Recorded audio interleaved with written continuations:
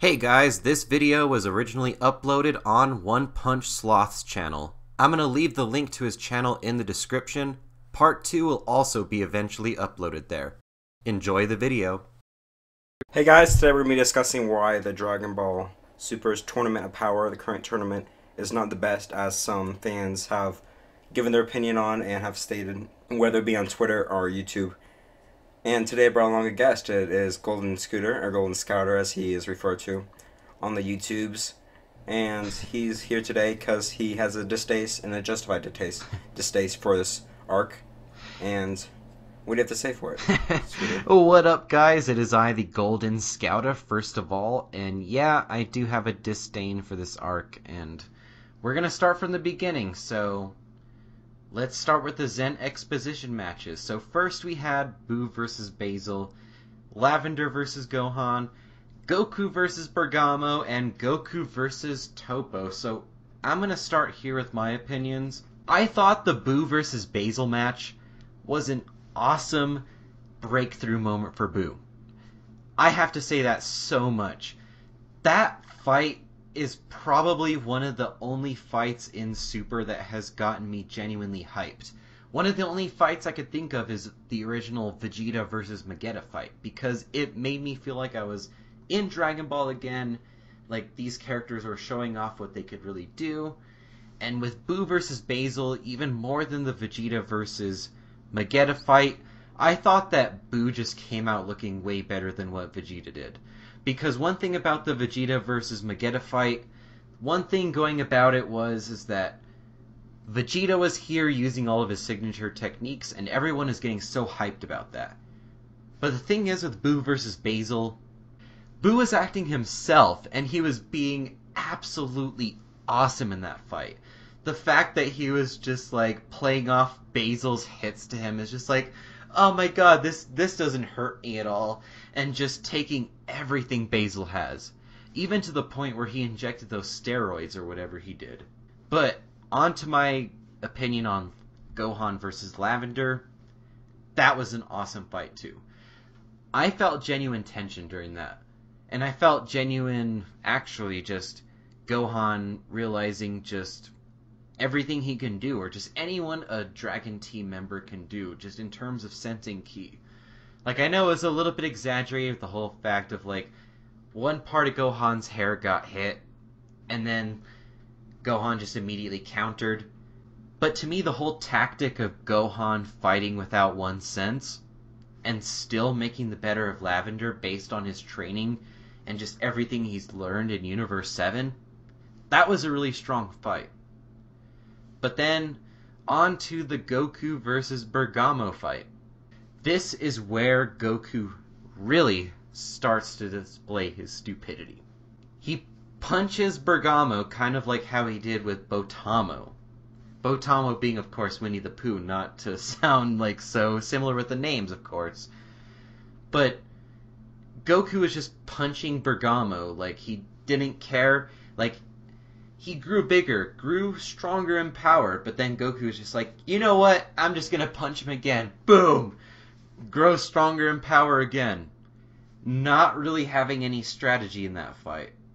I mean, of course it was ended with a BS reason with Goku just like, you know what? If I pump up Bergamo with enough power, it's gonna be over. Even though this has been contradicted in the past with past villains. So, to me, that fight was kind of BS. But then again, with Goku versus Toppo, I did think it was stupid about how he wasn't going Super Saiyan Blue right away. But that fight actually had tension to it. And I actually rated that episode pretty good. And whenever I first watched it, I thought it was pretty good, aside from Goku just having this artificial sense of tension without going Super Saiyan Blue. And I liked how it ended on this note of Goku powering up to Kaioken, and then it's just like, you know what? This needs to end. So we see Vegeta versus Toppo later in the series, later in this tournament, and he's going head-to-head with him. So that actually brings in a really interesting concept that Vegeta might be stronger than Goku, even while using the Kaioken. You hit it upon it pretty well. There's not much I can add except the fact that they aren't really memorable, you know. Basically, what I remember from at least was a bunch of furries fighting Goku, and that's what it took out of it. And everyone else, yeah, they're just there. But the Boo fight was, I do agree, that was pretty well handled. And Yep, it was basically the furry universe. It was basically the furry universe versus Goku and everyone else. I mean, I wouldn't say it was tense. I would just say it was just like, holy shit, Boo is having an awesome breakout moment against this furry guy. yeah, and he's not asleep. Yeah, we haven't seen Boo that badass since whenever he was kicking Majin Vegeta's ass. But, I mean, on to the recruitment survival arc. So, one thing I want to say is that it opened off really adorable. Especially with Bra being born, and honestly, I kind of want to say it is a little bit morbid whenever you think about it, how Whis can just rip out a baby from a woman. So it's just like, Whis, what are you capable of? But on to Goku recruiting Kuderen and number 18. So, I actually really enjoyed this episode the first time looking at it. I was just like, Goku going blue is a reinforcement that Kuderen is going to fight some god tier characters, and he's going to have to deal with it. Because one thing I really thought back then is that Kuderen has always been really terrified of strong fighters. So I was just like, this is going to be his moment where he's going to face someone strong, and he's going to know what to do in that situation. Or at least handle himself as best as he can in that situation. But of course, what we know from episode 99, all he faces is some fox guy, and then he gets eliminated. Some fox guy who we know is definitely not god tier or anything like that. Just another furry, yeah. Japan, what can you say? Now, I do want to say that I did like the whole 18 saying that she has to take care of Krillin. I thought that was funny, and, true, because she is definitely more powerful than him. Even if, you think he's the strongest Earthling, which can be debated between him and Tien, but her saying that was funny, and, that whole episode was good. And I know you haven't brought it up yet, but the Goku recruiting 17, I thought was a really good episode, and really good. I don't know if it was 2 episodes, but it was really good. The moments when seeing him again for the series, and even though he might not be a mainstay character, I'd like to see him again after this arc. I agree. The only shame is I'm just like, I have this doubt that we're not going to see number 17 after this. But I mean, before number 17, we had this whole thing where Boo was skinny, and he was training up to be suitable for the Tournament of Power. Even though I would say arguably that he was already suitable.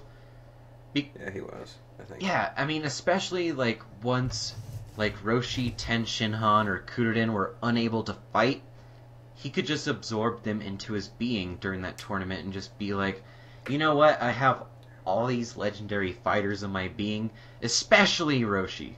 Yeah, I didn't even think about that. Now it's like, whoa. Yeah, because one of the things is that whenever Boo was his evil self, he absorbed Piccolo for the sole reason of being smarter and all that, being a more tactical fighter. So, one thing I would love to see is just Fat Boo have an absorption that actually morphs his being. I brought that up in one of my original videos, and I'm really disappointed because of that, because I was like, the absorption technique by Boo hasn't been used in this series at all, and I think it could be utilized very effectively in this arc. I mean, of course, we didn't see it get utilized effectively in this arc, but Boo could have brought some really awesome moments in this tournament. Frieza's in here, and while he hasn't been doing anything much, he has been a really awesome presence in this tournament. Having somebody like that who's just a straight-up psychopath, that is a refreshing breath of fresh air to see. But one of my problems is that Boo could have done some awesome stuff. He could have turned people into candy, thrown him off the ring. And then, of course, because of how ring outs work, about how everyone returns at 100% HP, they'd be fine. They'd be thrown out as candy and reappear as their normal selves. I mean, Roshi eliminated somebody with them still in the Mafuba jar, and then after they were thrown out of the ring inside the jar, they just popped out in their bench. So, to me, it just seems like such a wasted opportunity. I know that Boo could have healed anyone on the spot. Like, we saw him heal Bobbity in half. We saw him heal him and then bring him totally together. So, I mean, that is enough of a hack's ability. So, I mean, while I can understand Toei's decision about not bringing him in because of those kind of abilities, I thought he would have been really fun to bring in this arc.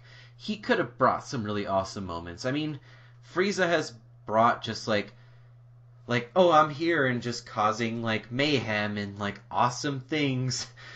Yeah. So I mean, if Frieza could just like be on the sidelines, like not taking any major eliminations and just still being awesome, why not Boo? Yeah, I agree. And he brought up the part where he was training everything, and you consider how much I don't think really they have to assume that Boo had to train a lot. He was just like ultimately powerful from his beginning, and after he absorbed the Kais and everything. But you think about how much power and strength that Frieza got when he started training. Imagine how much Boo would get if he actually, and he looked like he put effort into it, and that's unlike his character, but still, like, imagine what he could have done if he didn't, be a dumbass and fall asleep. Pardon my French. Yes, I agree, especially since during their matches, Boo was the one who knocked out Goku according to the setup rules. Like, even though 17 tanked a hit from Super Saiyan Blue Goku, Boo managed to get Goku out of bounds in their own fight. So to me, it's just like, why? Why, Toei? Why would you make Boo fall asleep? I mean, I love the Muten Roshi in this tournament. I loved 106. But he had no business in this thing. I still say that Kuririn, Ten Shinhan, and Roshi had no business in this tournament to begin with. And that's another thing I want to bring up in this rant of mine, or rant of ours, or whatever. It's just like, why was nobody outside of Earth strong enough to compete with this? You're meaning to tell me that the Muten Roshi is stronger than any of the, 28 planets out there? Well, see, it's an easy answer, and it's the same thing when you said, why was Frieza in instead of Boo? Well, merchandising, I think it's easy to say that it's a company after all, and Toei wants to make money. So, Boo merchandise would sell a lot less than Frieza merchandise, because Frieza's a iconic character in any anime or any fiction in Japan in the Western world. And that's the same with, why were the characters, chosen, quote unquote, because they're powerful. It's just because we know them and they sell stuff, anything really. Yep, you have a perfectly justifiable point, because if you look at the merchandise sales for Dragon Ball Super, or just Dragon Ball merchandise in general in Japan, you will see they are making a killing. But I mean, I think that this is about the point to move over to number 17 and his recruitment. I really admired his philosophy at first of just like, you know what? Live and let live and let die. About his whole philosophy of just like, you know what? Universe is being erased is just a natural course of action. Like, I mean, at first I understood the sentiment, but then during the tournament, it seems like he takes priority towards, like, even number 18, just towards somebody punching her in the face. And it's like, You know what? You Number 17, I like you, but you just allowed, like, a toddler to, like, erase your sister in the face. So why are you having a problem with somebody punching her in the face? You know what I mean? Like, and another thing I want to bring up, like what I said before with 17 tanking one of Blue Goku's Kamehamehas or blasts or whatever it was back then. It was kind of too far for me to remember vividly, but why was that a thing? Why did Goku need to do that? Number 17 hasn't fought anyone in this tournament that is God tier. He has fought Universe 2 fighters and he has fought fodder. He hasn't fought anyone in this tournament that is worthy of him blocking a blue Kamehameha, even at 1%. So my thing is with this is where I bring in the whole issue with 104. Why didn't Goku use red here? Because Goku stated in that episode that red was way less strenuous than blue. And because 17 hasn't displayed anything in this tournament to where he can compete with blue, why did they wait till this time to release red at this point? It just doesn't make too much sense to me. I go into it so much in my 104 review of why this doesn't make sense to me, why Goku would bust this out at this time. Because my thing is that while people are saying like, oh, when could Goku ever use red before this tournament? Any time in the recruitment survival arc. Anytime. He could have used that form as more of a conservative power source. Because Whis and Goku both implied that he has a high stamina drain whenever he's using blue. So my thing is that 104 seemed like a very cheap introduction to red. I understand the whole thing of like, yeah, make it grand, make it epic, but whenever you just make it an ass pull, that doesn't rest well with me. Yeah, and I can see where you're coming from. You know, it's the whole situation of the fight.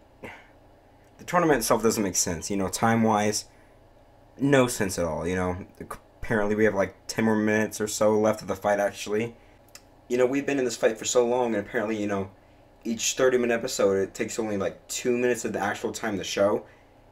It just doesn't feel like it does, and it doesn't seem like it does the way it's written and the way it's shown. It's good, but I mean, the animation bringing to it doesn't bring the storytelling or anything like that. Like I said, all of that awesome animation is made to draw hype. It's not meant to tell an awesome story. Because one of the things is with episode 109 and 110, well, I saw everyone being like, oh my god, this is so awesome! Like, nobody was like, oh my god, could Goku lose? What's in store for the universe survival arc? Who's gonna get eliminated now? Or anything like that. Like, yes, all of the beautiful animation is beautiful. But it is only there to draw in hype. There is nothing of substance behind that. Because once you draw apart all of the awesome moments of this tournament, it all falls apart. So, I think it's a good time to at least get into the beginning of the tournament. But I want to cover up Frieza first, because we're still not done with the recruitment survival arc portion.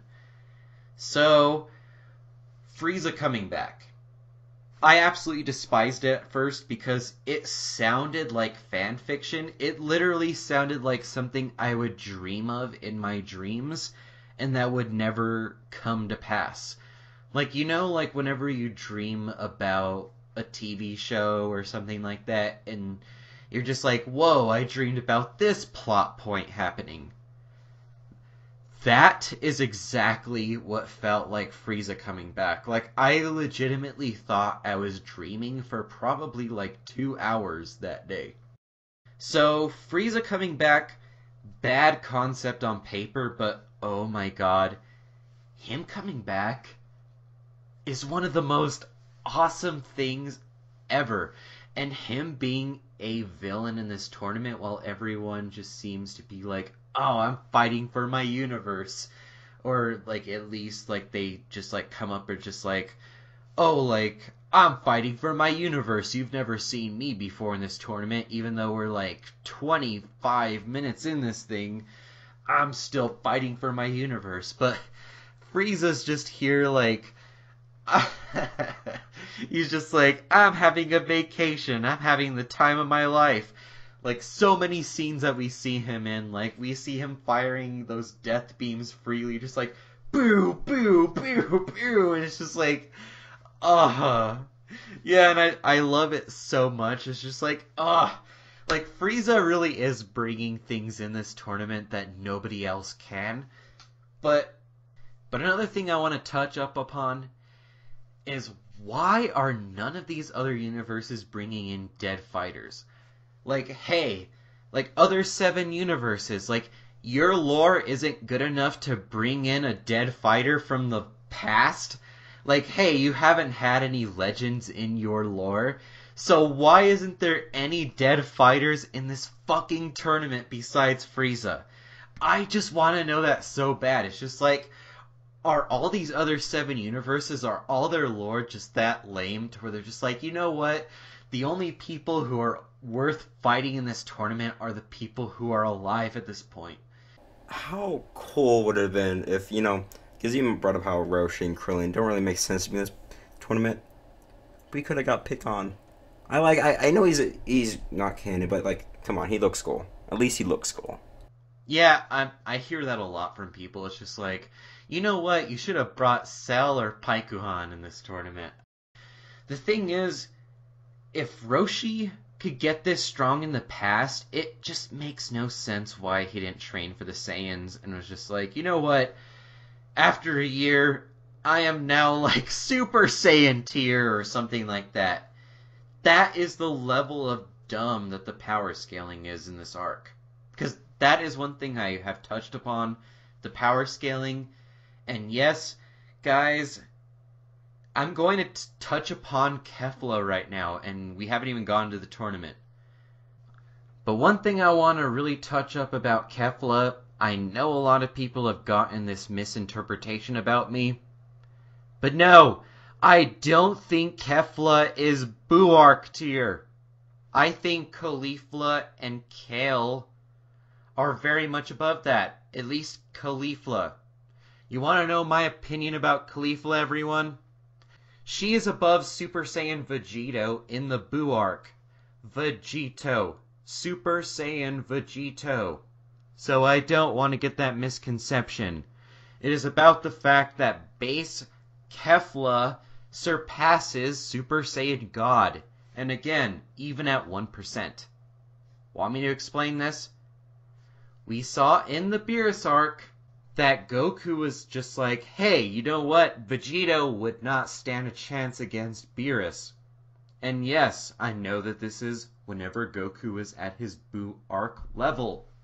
But another thing, we know that Beerus was bullshitting about him using his full power back in the Beerus arc. Against God Goku, of course.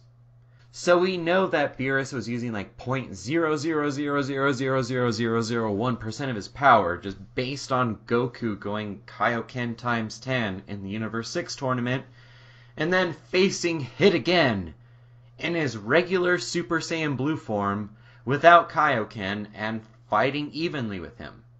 So we know that. We know Beerus was lying about his full power in the Beerus arc. My point is that Potara Fusion has no business surpassing Super Saiyan God in base form. And want me to alliterate this?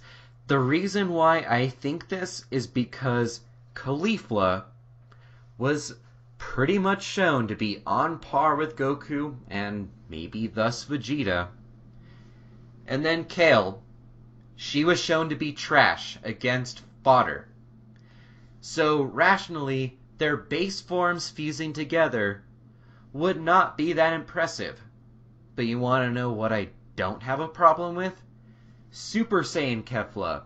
And you want to know why? Kale is in the mix. Kale is the legendary Super Saiyan or Super Saiyan Berserk.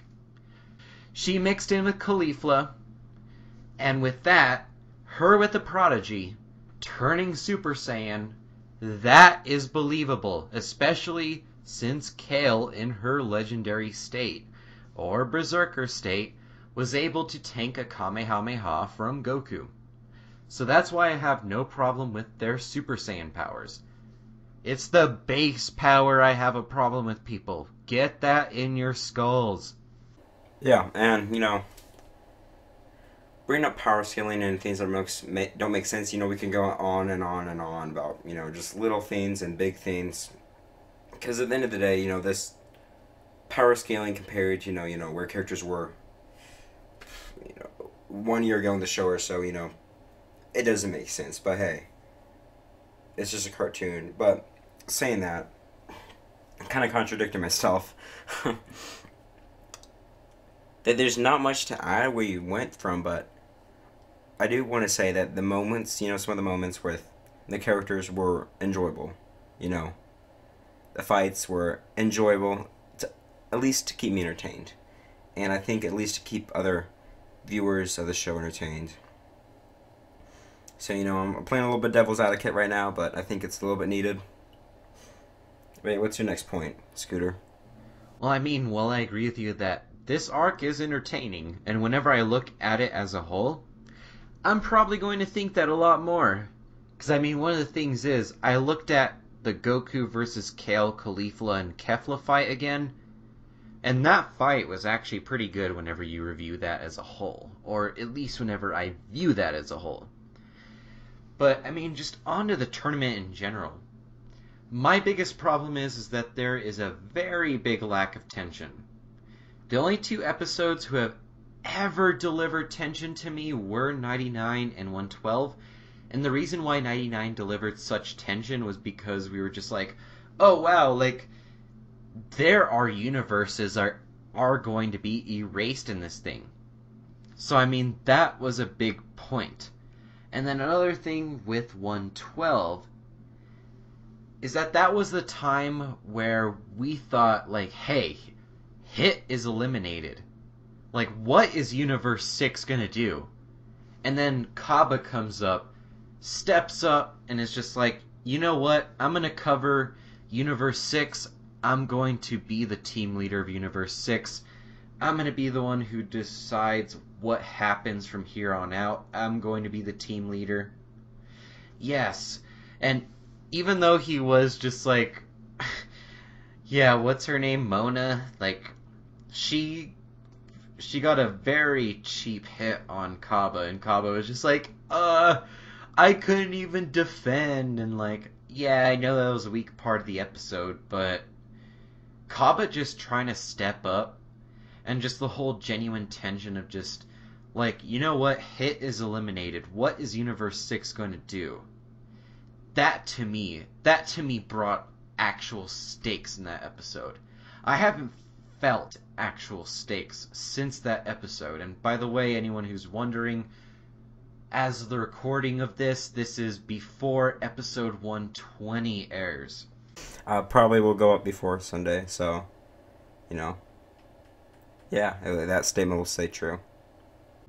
Yep. And on to the next point. I have a problem with fighters just suddenly existing at certain points of the tournament. Because one of the things is all of the fighters should have been fully fighting and established around the 5-minute mark, at most. At most. Because it's just really, really, really head-scratching and really, really just face-palming of why they would introduce fighters at the 13-minute mark and them not amount to anything. We've had so many fighters in this tournament just hey, time to fight, Universe 7, and it's just hey, what have you been doing this entire time? don't mind that. It's time to fight. And it's just like, you don't have any battle damage or anything like that.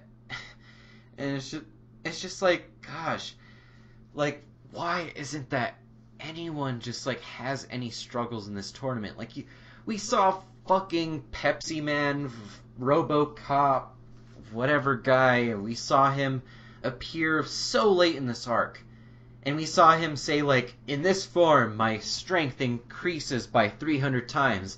And then in another form, he's just like, my speed increases by 300 times. And then in his last Modi changey, he's just like, my speed and power have increased by 300 times. And if you do the math, whenever Pepsi Man was first in this tournament, he was fighting at 1 out of 90,000 of his base strength and speed. Why would you do that? Well, you see, for Scooter, plot convenience. It's a very special thing in Dragon Ball Super, especially lately. I don't like to say that, because I mean, one thing with the past tournaments, I mean, even the Universe 6 arc, at least there was some build-up.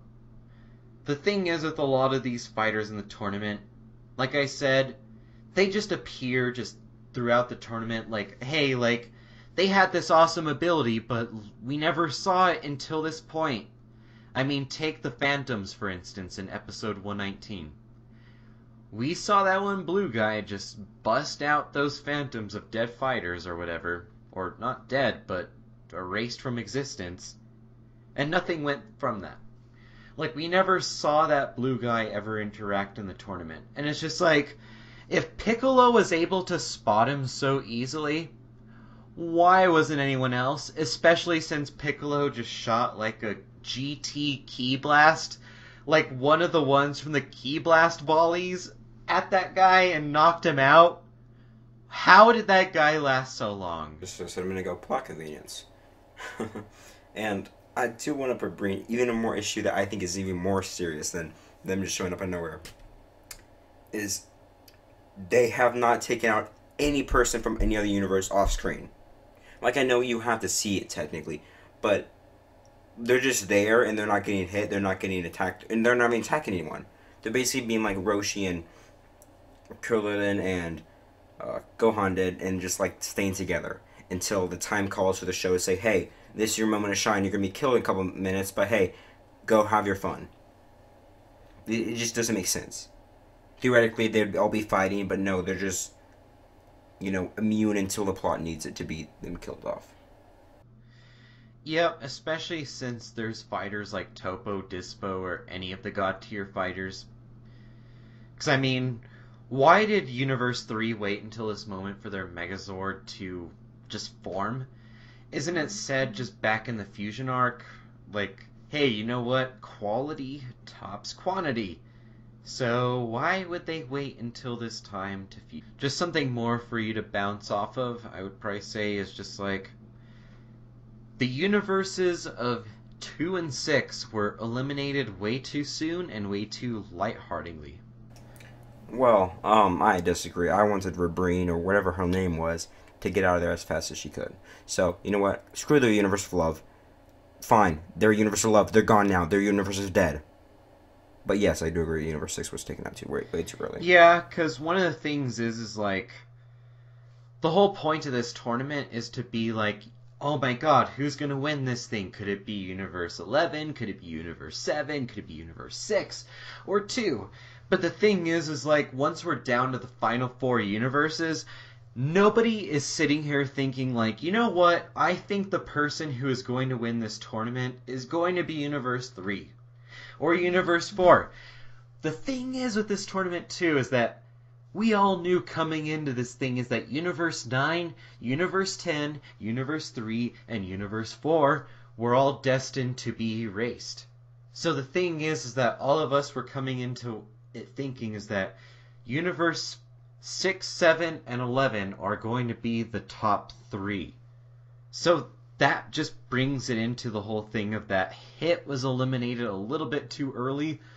Because what I want to bring up is that I like 112 because I think that Hit should have been eliminated before Kaba. But the thing is that I think that Universe 6 elimination could have been a lot more heartfelt. Because, like I brought up in one of my previous videos, if Vegeta was the one who eliminated Caulifla, Kale, or Kaba as the last elimination of Universe 6, that would have brought up this moral dilemma for Vegeta where he was just like, there's this one tyrant who eliminated my race of people, and now I'm basically the catalyst for eliminating another race of my people, so to say, I guess. So I just think that Universe 6's elimination could have been handled a little bit better, and I mean, just going on eliminations alone, Universe 7 has all of them. They have eliminated all of the universes, so yeah, they feel pretty fucking unstoppable.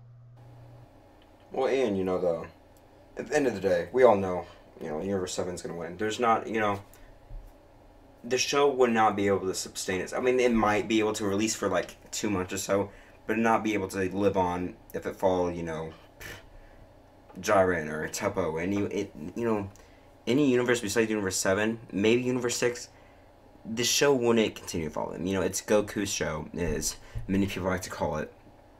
It's the Saiyan show. It's Dragon Ball. We've been with these characters so long, it's not like they're just gonna, disappear after a fight. It's, everyone knew coming into it that these characters will survive, these characters will die. Some faster than we probably predicted, and some for very good reasons, and for thank the gods that they got eliminated Riverine so fast. So one last point I wanted to really touch up upon is just Frieza coming back and how we're down to the last 9 fighters technically, because we know that Universe 3 is going to get eliminated. So Frieza only has 3 fighters to have his payoff episode for episode 95. So I'm honestly looking forward to this. It kind of brings up my original theory that Frieza was going to fight Toppo as his payoff match. I actually have it written down as one of my notes in the very beginning of this arc of just you know what? If Frieza fought Toppo and had a really good match, that would be a really good payoff moment, because Frieza's the ultimate evil and Toppo's all about justice. So I'm really hoping for Frieza versus Toppo instead of Vegeta versus Toppo. So that's my closing note. There's not much to add, yeah. Even though I think Vegeta should, get a chance to take out Toppo, even though he's had already. I like that fight, even though it was short, it was really, cucked from screen time, if you will. But I want to thank you, Golden, for coming on. It's been a pleasure. It's been a long video pleasure. But hey, anything with you is always a pleasure, am I right? And Golden Shower, as people like to call him, or as I like to call him, because I don't think anyone else calls him that. I'll leave Golden's channel in the link in the description below, guys. He does reviews of the episodes after they come out, and sometimes even rants, because justified reasons. Do you have anything coming up, Golden, that you would like to share with my little viewers? I mean, as of the time of the recording of this video, look out for my Yu Yu Hakusho Chapter Black arc review and my power scaling for the baby arc of GT. So yeah, guys, I hope you enjoyed this video and have a good one. Bye, guys.